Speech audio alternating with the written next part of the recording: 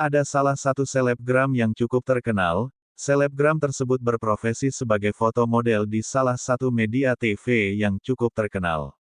Berjalannya waktu, selebgram tersebut hari demi hari semakin naik daun. Beberapa tahun kemudian, selebgram tersebut mulai merosot dalam dunia foto model. Lalu ia berpikir bagaimana caranya agar saya bisa terkenal kembali seperti 3 tahun yang lalu.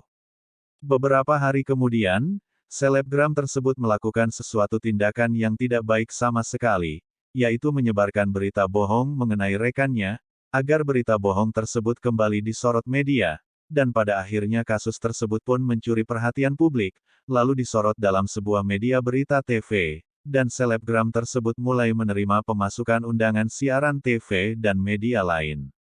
Seketika ia tertegur dengan sebuah kalimat yang ada di dalam naskah teks yang ia baca. Naskah tersebut berkalimatkan, keberhasilanmu menguntungkanmu dengan segala cara yang kau terapkan, hanya untuk mencari pamormu, namun engkau lupa, bahwa perbuatan jahatmu, menyebabkan korban oleh karena ulahmu. Lalu tersentuhlah hatinya, dan menyesali perbuatannya. Seketika selesai meeting, selebgram itu mengunjungi korban yang telah ia dustai, dan ia mengakui kesalahannya. Bapak Ibu dan saudara-saudari sekalian, ilustrasi yang telah kita dengar bersama-sama, telah memberitahukan kita, bahwa, janganlah memfitnah orang hanya untuk mencari kepentingan sendiri.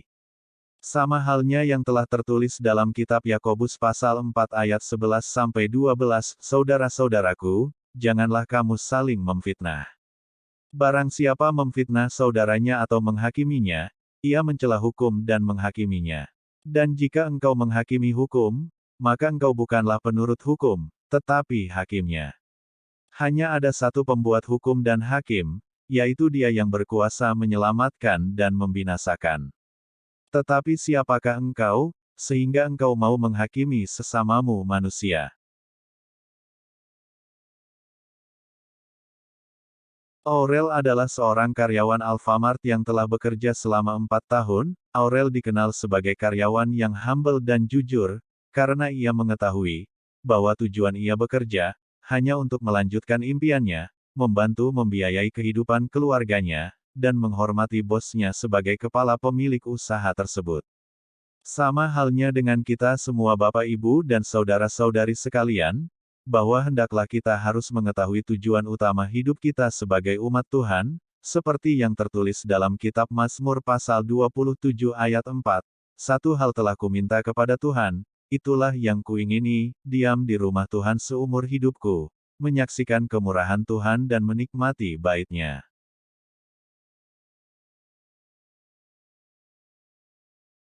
Pada suatu hari ada seorang pedagang kaki lima menghampiri sebuah acara pernikahan dari anak seorang menteri pengurus daerah tempat ia tinggal. Lalu kemudian, kehadiran pedagang kaki lima tersebut disambut hangat oleh seorang menteri tersebut. Lalu menghantarkannya ke salah satu ruang meja makan khusus, yaitu berisikan jajaran para pengerja kementerian setempat. Pedagang kaki lima tersebut malu dan bertanya kepada menteri yang mengundangnya, "Kenapa saya diundang? Kenapa saya disamakan satu ruang dengan jajaran menteri lainnya, padahal saya kan hanya rakyat biasa dan juga bukan pejabat?"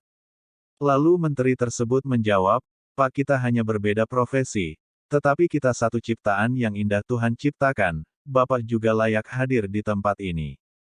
Kemudian pedagang kaki lima tersebut tersentuh dan merasakan penerimaan yang berharga setelah mendengar jawaban dari seorang menteri tersebut.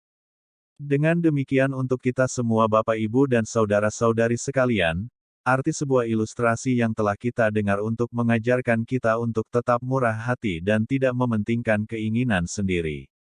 Sama halnya yang tertulis dalam kitab Amsal pasal 11 ayat 17 mengatakan, orang yang murah hati berbuat baik kepada diri sendiri, tetapi orang yang kejam menyiksa badannya sendiri.